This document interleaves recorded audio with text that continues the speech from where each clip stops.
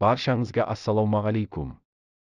Путинді Украинаға қарсы соғыс ашуға көндірген көмекшісі қамауға алынды. Бұл туралы РФ мемлекеттік думасының бұрынғы депутаты, Украина аумақтық қорғаныс күштерінің мүшесі Илья Пономарев өзінің Facebook парақшасында хабарлады.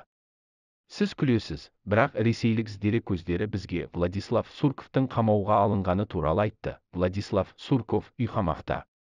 Қазір Донбаста 2014 жылдан бері қаржы жымқыру фактісі бойынша тергеу шаралары жүргізілуде деп жазды ол. Мемлекеттік думаның экс-депутаты бұл ақпараттың расталмауы мүмкін екенін жоққа шығармады.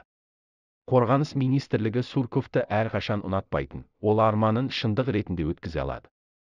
Екінші жағынан, Путин 2020 жылдың ақпанында ресми бұйрықпен Сурковты көмекшісі қызметінен босатқан.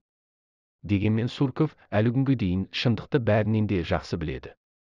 Сепаратистік өтірік республикалардағы жағдай ауқымды және ол ресейлік Донбас ардагерлеріне жақын деп түсіндірді Пономарев. Ол сондай-ақ Сурковтың Шешенстан басшысы Рамзан Қадыровпен ежелден жақын болғанын және академиктің көп нәрсені өз ойлап таппай, Владислав Юричтің өсиетін ұстанатыны анық деп атап өтті. Біз әлемде және Қазақстан жаңалықтар жайында шындықты айтамыз. Лайк, коммент арқылы көмектесіңіз. Жазылуды ұмытпаңыз. Бұл арна үшін сіздерден ең үлкен көмек.